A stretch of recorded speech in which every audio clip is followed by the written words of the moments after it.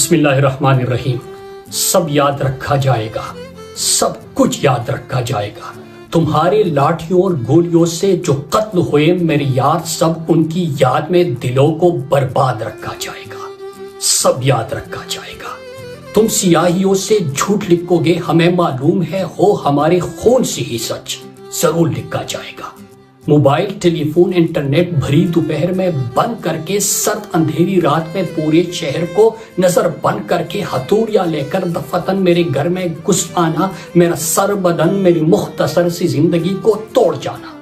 میرے لختے جگر کو بیچ چوراہے پر مار کر یوں بے انداز کھڑے ہو کر جھنڈ میں تمہارا مسکرانا، سب یاد رکھا جائے گا، سب کچھ یاد رکھا جائے گا۔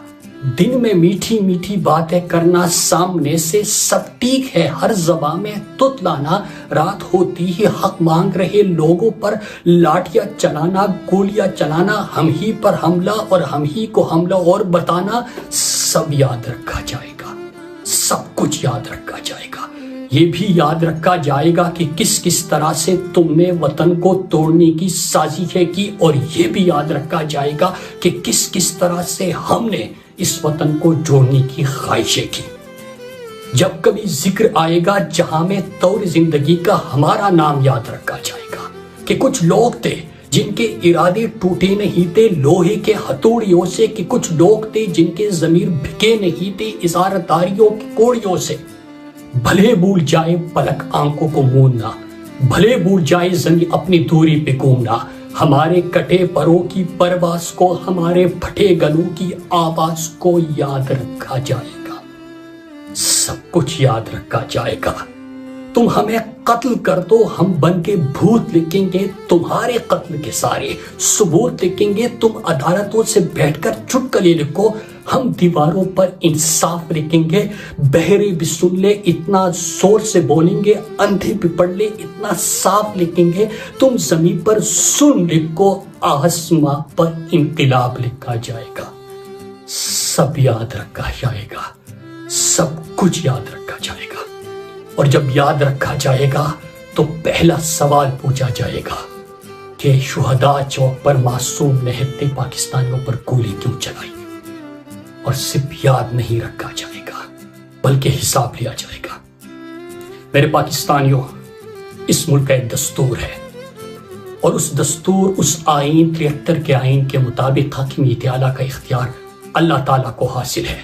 اور طاقت کا سرچشمہ عوام۔ لیکن جب خود کو زمین پر خدا سمجھنے والے، خود کو طاقتور سمجھنے والے، عوام کے فیصلے کے برعکس بلکہ عوام کے فیصلے کو جوتے کی نوک پر رکھتے ہیں، تو پھر 180 سیٹوں والوں کو ہرا کر 17 سیٹوں والوں کی حکومت بنتی ہے۔ اور جب ایسی ناجائز حکومت بنتی ہے تو پھر اسمبلیوں میں سیاست بکتی ہے، عدالتوں میں عدل بکتا ہے، تھانوں میں قانون بکتا ہے، محافظوں کے ہاتھوں اس ملک کا امن بکتا ہے، اور آخری ستون میڈیا کا سکرین بکتا ہے۔ میرے پاکستانیوں، ایک چیز جو پوری قوم ایکسپیکٹ نہیں کر رہی تھی، ہر جبر، ہر ظلم، بار بار ان کی سازشیں، ملک کو توڑنا، عوام کے اوپر ظلم کرنا، اغوا کرنا، لاپتہ کرنا، تشدد کرنا، آئین توڑنا، آئین کو پامال کرنا، سب کچھ یہ پاکستانی قوم ایکسپیکٹ کر رہی تھی۔ لیکن کبھی انہوں نے نہیں سوچا تھا جو چیز بلوچستان اور سابقہ فاٹا والوں نے دیکھا تھا، وہ اسلام آباد کے شہروں پہ، پاکستان کے ریڈ زون کے سامنے، ریڈ زون میں پوری دنیا نے دیکھا کہ یہ اپنے لوگوں پر بھی گولیاں چلاتے ہیں۔ جو قوم کا ایک مان تھا کہ یہ سب کچھ کر سکتے، اپنے لوگوں پر گولیاں نہیں چلا سکتے، وہ مان بھی ختم، وہ بھرم بھی ٹوٹ گیا۔ تو اس کے بعد میرے پاکستانیوں،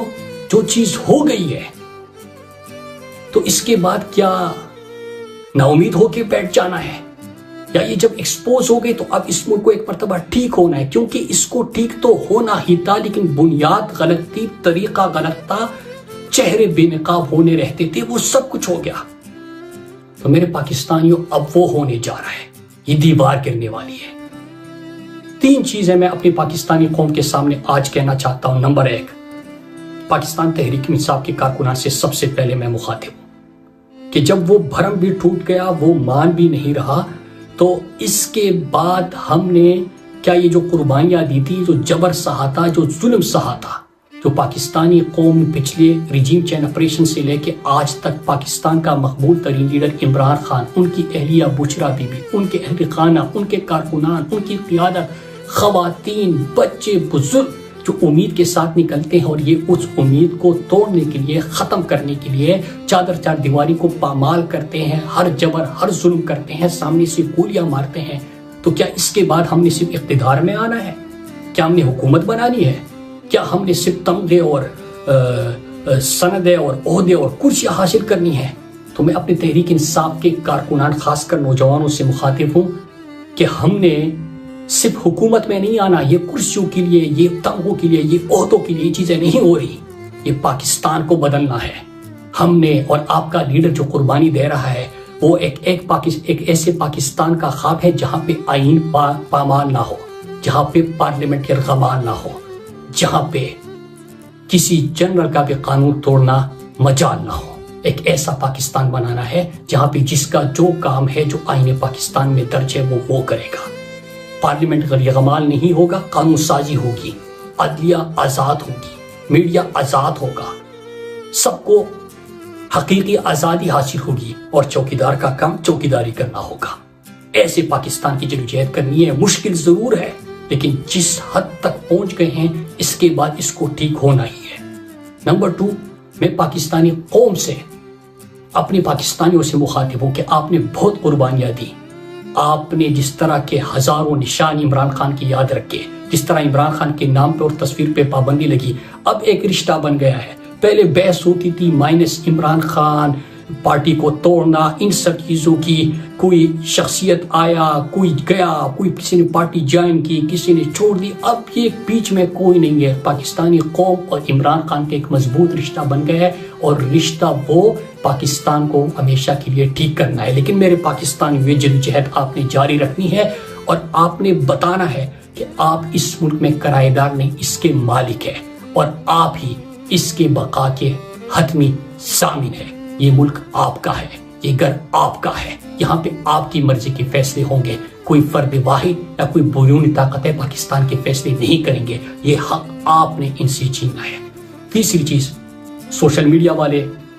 آئین کا ہر آرٹیکل لے کے آتے ہیں، اور جو یہ خود کو آئین اور قانون سے بالاتر سمجھتے ہیں وہ توڑتے ہیں، اس کا ذکر کرتے ہیں۔ یہ آپ تو جاری رکھیں گے، لیکن میں اپنے ISF اور یوتھ کو کہتا ہوں کہ جب بھی آج سے آپ کے اسٹڈی سرکلز ہو، جب بھی آپ گفتگو کرے، جب بھی آپ کنونشن کرے، تو آئین پاکستان 73 کا آئین ملٹری آئین کی بات نہیں کر رہا جس طرح کے لوگوں کو اغوا کر کے ترامیم کی گئی۔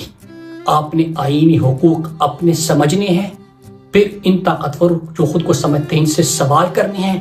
اپنا نشانہ سیدھا رکھنا ہے، ان سے سوال پوچھنے ہیں، اور نہ صرف آپ نے اسٹڈی سرکل میں یہ کرنا ہے بلکہ میں یوتھ اور ISF کو میں نے ریکمنڈیشن دی ہے کہ اگلے سال سے جو بھی آپ کے کیبنٹ ممبر بنے گا اس کو آئین پاکستان حرف بحرف اس کو یاد ہو، اس کو اپنے حقوق کا پتہ ہو، تاکہ وہ بہتر انداز میں نمائندگی کر سکے۔ اور اس کے ساتھ ہی تمام تعلیمی اداروں میں جا کر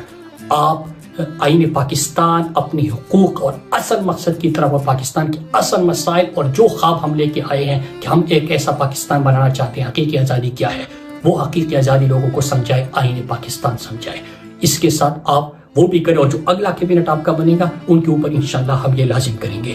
آپ سب کا میں شکریہ ادا کرتا ہوں۔ اسی طرح اپنی جدوجہد جاری رکھے۔ پاکستان زندہ باد۔